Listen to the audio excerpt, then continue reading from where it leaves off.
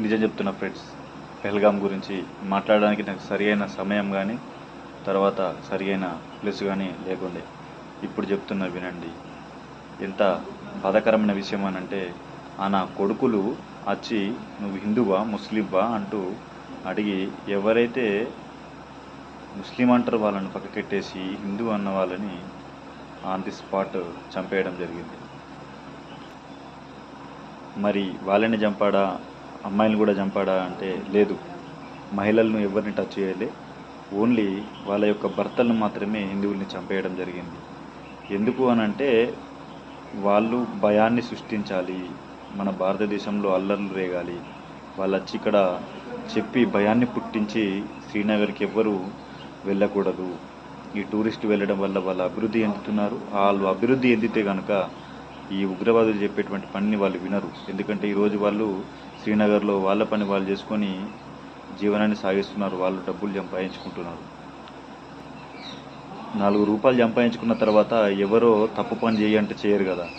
ఎప్పుడైతే కడుపు మాడుతుందో అప్పుడు వాళ్ళకు తప్పు పని చేయు అని చెప్తే వాళ్ళు చేస్తారు. అందుకోసం అని చెప్పేసి ఇదంతా పెద్ద కథ చేశారు. కానీ ఏదేమైనప్పటికీ ఏదో సంతోషంగా తిరగడానికి వెళ్ళిన, విహారయాత్రకి వెళ్ళినటువంటి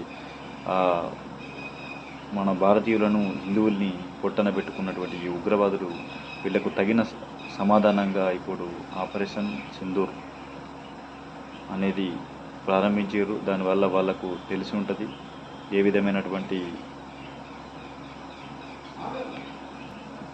లాస్ ఉంటుందో, వాళ్ళ యొక్క దేశ పౌరులు చనిపోతే ఆ దేశానికి ఎంత బాధ ఉంటుంది అనేది వాళ్ళకు కూడా మనము తెలియజేశాం. సో ఇక ముందు ఇలాంటివి జరగకుండా ఉండాలంటే గట్టిగా ఇవ్వాలి, ఇలాంటి సమాధానాలే వాళ్ళకి ఇస్తూ ఉండాలి. అప్పుడు మాత్రమే మన దేశానికి రాకుండా భయపడడానికి ఆస్కారం ఉంటుంది. ఏది ఏమైనా ఒక భారతీయుడిగా ఆ జరిగిన సంఘటనకు సంతాపం తెలియజేస్తున్నాను. ఇలాంటి పునరావృతం కాకుండా మా సైన్యం తరఫున అందరం కూడా కట్టుదిట్టమైన విధి నిర్వహణలో పాల్గొంటాం. ఎక్కడైతే మా విధులు ఉంటాయో అక్కడ ఖచ్చితంగా కాపు కాస్తాం.